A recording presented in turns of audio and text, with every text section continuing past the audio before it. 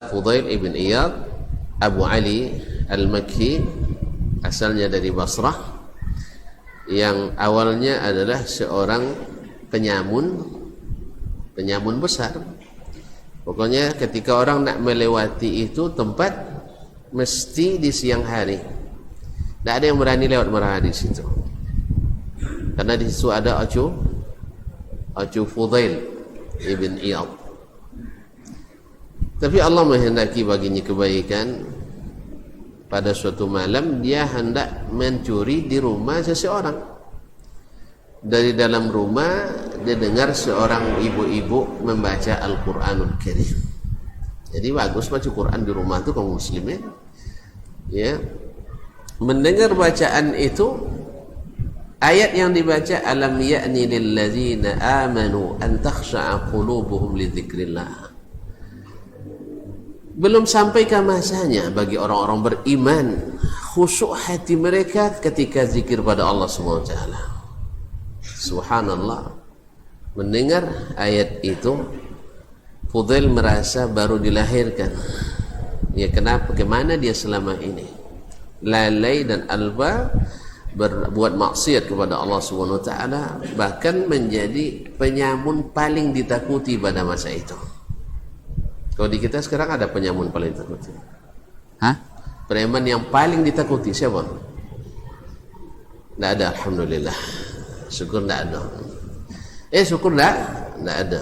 Kalau ada kita doakan pula nanti dapat mendengar ayat alam ya'ni lillazina amanu an takhsha'a qulubuhum li dzikrillah.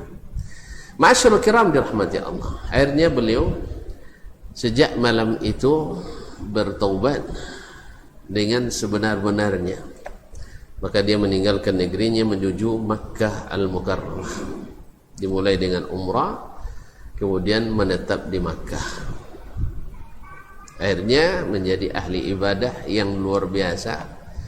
Sampai-sampai beliau ketika Khalifah Harun Ar-Rasyid, salah seorang Khalifah Bani Al-Abbas, datang musim haji, dia utus menteri besarnya nak bertemu dengan Fudail bin Iyad.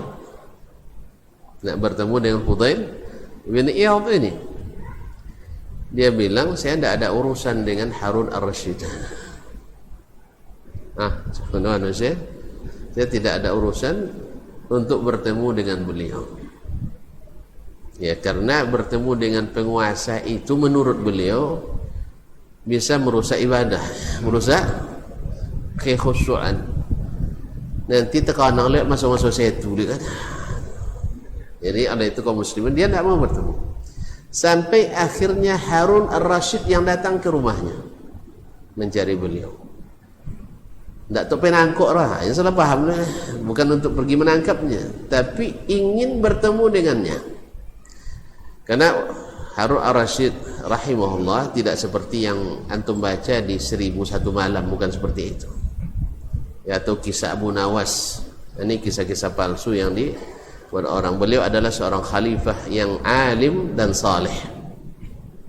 Tapi digambarkan dalam berita-berita 1001 malam, judulnya aja judul komik. Judul komik. Cuman sayang berita ini sering menjadi konsumsi kita. Sehingga raja seolah-olah jadi mainan orang-orang dungu. Ya, Allah musta'an. Jadi kaum muslimin dan muslimat dirahmati Allah, Harun mendengar Fudail tidak mau datang, dia tak maksa. Kan bisa diangkat paksa kan? Kirim, kalau tidak mau dengan menteri, kirim pasukan kan? Kirim pasukan. Nah, pasukan apa namanya? Detasemen khusus dan sebagainya enggak. Tapi dia tidak. Dia yang datang. Sampai di rumah oleh Fudail dimatikan lampu. Saking tidak maunya dia bertemu. Tabasolah mau sok-sok Amirul Mukminin mancai di mana Syekh Fudail ini? Subhanallah kaum muslimin. Kalau sampai penguasa zaman kini,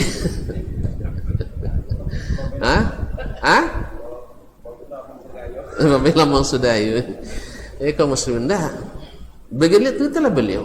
Jadi memang bukan dibuat-buat, adalah kekhusyuan yang sesungguhnya. Sampai-sampai beliau digelar oleh para ulama Abidul Haramain.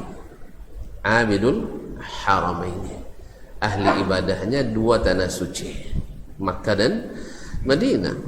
Jadi kaum muslimin dan muslimat dirahmati Allah, sesungguhnya berbuat dosa itu bukan aib yang membuat putus asa, tapi adalah dosa yang kalau tidak anggap berdosa, itu masalahnya. Tapi kalau masalah orang bersalah dan mau mengaku salah, itu tidak masalah, karena kita tidak ada yang tidak berdosa.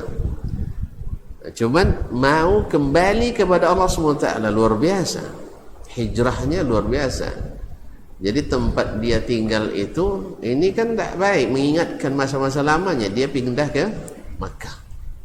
Jadi hijrahnya bukan hanya hijrah secara ruh, tapi juga hijrah secara badan. Tinggalkannya tempat-tempat yang mengingatkan pada kemaksiatan tersebut.